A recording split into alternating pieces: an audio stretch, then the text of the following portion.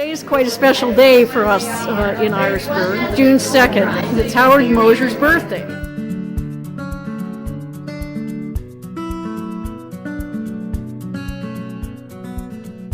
Just a year ago, on June 2nd, we held a memorial service for him and got a chance to inaugurate the Howard Mosher book collection that he donated to our library.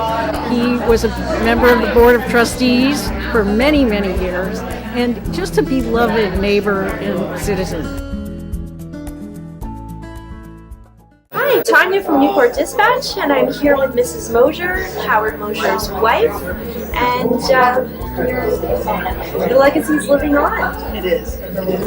Well, actually, when Howard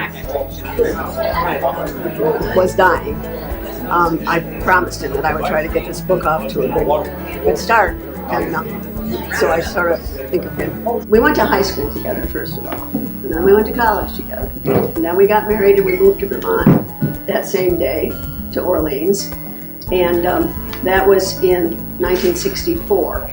So we both started teaching, which means that I have taught people who are now in their 70s. And that's a little frightening. We had a good team. And married to a writer is interesting because the early years were so hard for him. We referred to them as our signal finance years. We had to keep taking out loans.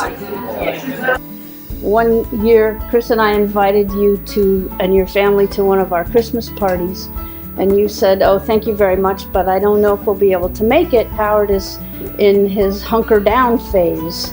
And my experience with writing was newspaper writing, where the hunker down phase lasts about a half an hour.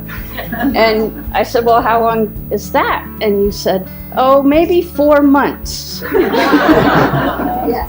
He wrote Where the Rivers Flow North first, but it was a novella and short stories. And he got an agent who said, "Boy, they're hard to sell, short stories, but Viking Press is interested, that they would like a novel. If you could write a novel first, you might take them both." And so we sold our house in Brownington, packed up our toddlers, moved to a very tiny place in Derby Line. Howard wrote in the library with 1 foot in Canada and 1 foot in the United States. And I typed in the evenings what he had written during the day when the kids were in bed, and he wrote Disappearances in about 8 months. So you were a really dynamic, perfect team. Yeah, we were a good team.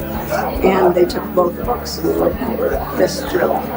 Writing is not a simple thing. You don't just look at me. And you know, you pour your soul. I watched this man pour his heart into these stories.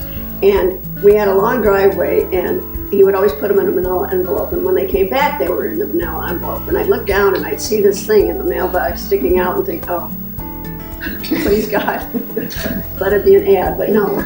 Anyway, the first story he had published was in the Cimarron Review, and it was a story called Alabama Jones, which is in the collection Where the Rivers Flow North.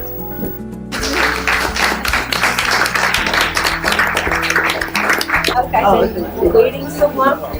You have no idea. Well, Thank you. What? Thank you so much.